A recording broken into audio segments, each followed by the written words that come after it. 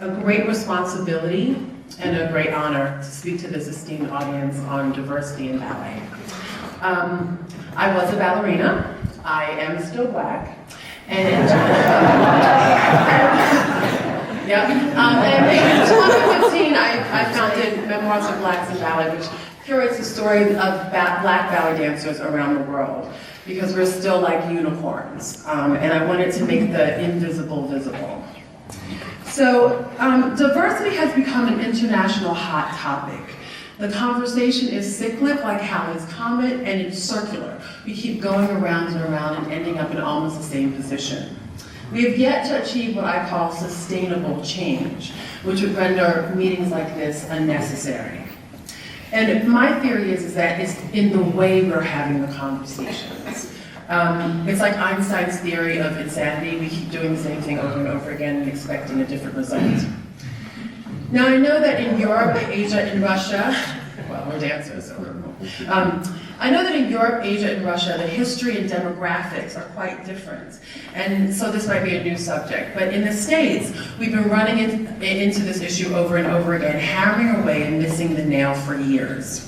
Today, I would love to share with you some of my observations about the way we have these discussions. In America, conversations about race and diversity have become corporatized, sanitized. Under the auspice of political correctness, we talk around the subject, but we're not afraid of offending, we're afraid of the confrontation. We tend to intellectualize the subject because when you stay in your head and disconnect from your heart, you extract the humanness from the issue and it becomes like a math problem you have to solve. We go through the motions not fully invested or committed. In dance, we call that marking. For the most part, people leave convenings like this feeling good about themselves for having participated, and they're a little relieved because they leave unscathed and unchallenged. And if that's the case, then what is the point? Are we just going through the obligatory motions to save face or to save our brands?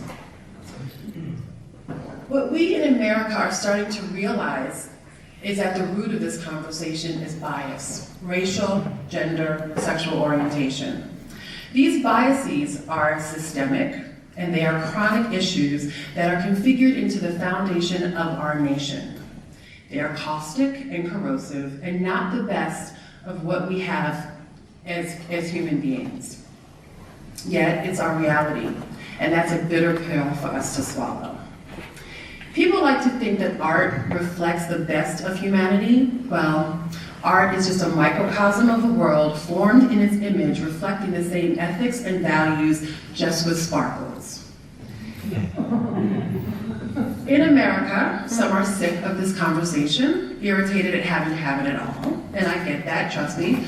Black people are tired of talking about it too. Many people think that it's not their problem, but then they're the only ones that can fix it.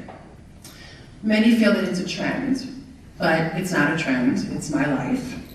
Today I propose that we try this a whole different way and maybe we'll get a different result. But first, I'm going to offer a trigger warning. As we discuss these difficult topics, we will be triggered.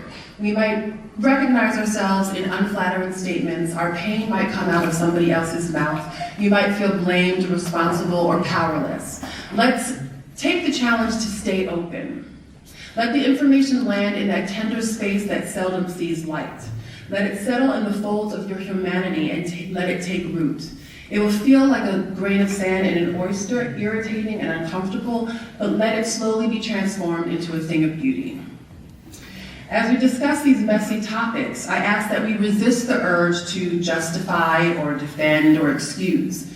Instead, just listen and entertain the possibility that there is a reality that you are not privy to, that you can neither see nor feel. It is real. It may not be yours, but it is valid. I ask that you take the frustration and anger as emotions not directed at you, but being presented to you, human to human, for your consideration.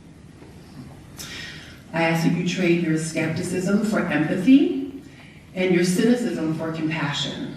Evoke empathy and let that empathy allow your eyes to change.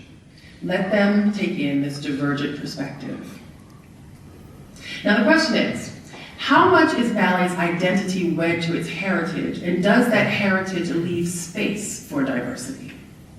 Having originated in the courts of Europe, ballet was, and in many ways still is, an elitist art form rooted in privilege and exclusion. As we discuss access and participation in ballet, we should ask ourselves, if the original rules were applied to this room today, how many of us in this room would have been eligible to participate? As ballet became a nationalistic representation of nationalistic pride, the bodies of the people were employed to carry the message. Schools were open and commoners granted access. Thus, it made sense that the national ballet companies looked a certain way. They looked like the people of the country. However, when nations began to colonize and import people of color without thought to how that would affect their demographics, well, things got a little tricky. Now, no matter how unintentional, there are bodies of color that are part of the natural and cultural fabric. So, if the heritage of ballet is as a nationalistic representation, then it would stand to reason that these colorful threads be woven in. Countries that are products of the unintentional diversification of its citizens are in the midst of an identity crisis, trying to reconcile what they were, are, and more importantly, what they're going to become. It's a battle against the inevitability of change. The resistance to diversification or integration is about maintaining an identity, a heritage of pre-brownness. Winston Churchill said, "History is written by the victors." Well, in this case, the victors are the men who constructed the foundational tenets of our countries, the people who identified what it was to be French, American, Russian, English, or Dutch. The people who assign value to everything, including standards of beauty and art or characteristics like intelligence, elegance, and refinement. They decide who gets to participate and on what level. Now, it's abundantly clear that the people who brought those brown bodies to foreign shores never intended them to become citizens, to have rights, a voice, or to participate on any other level beyond the purpose they were brought to fulfill. People of color were never supposed to be members of society, let alone represented. Therein lies the real problem. We, the people in this room, are the residual effects of the sins of the fathers of our nations. We are not the creators of the problem, but we are the products of a system that we are participating in and perpetuating by default. This heritage that we hold with such sanctity is both the beauty and the bias. The questions that you artistic directors have to ask yourselves are you writing fiction or nonfiction in regards to your national identity with your company, Are you sustaining a false narrative that supports an incomplete representation of your nation? Are you aware that the resistance to diversity feels like a commitment to whiteness? Are you still with me? No, okay. It's okay. Wait, let me get some water. Okay. I'd like to close by painting a human portrait. As an African American woman, I've been asked many things by white people about my race. I've been asked why black people are so angry. Why are there so many black people in prison? And Lord knows I've been asked about my hair. But the one thing that I have never been asked is what it feels like to be black in America or the world at large. I've never been asked what it feels like to inhabit spaces that were never intended for me, or to almost never see myself reflected in the standard of beauty, or elegance, or intelligence. Okay, well, Michelle Obama might have single-handedly taken care of it. But that's another problem.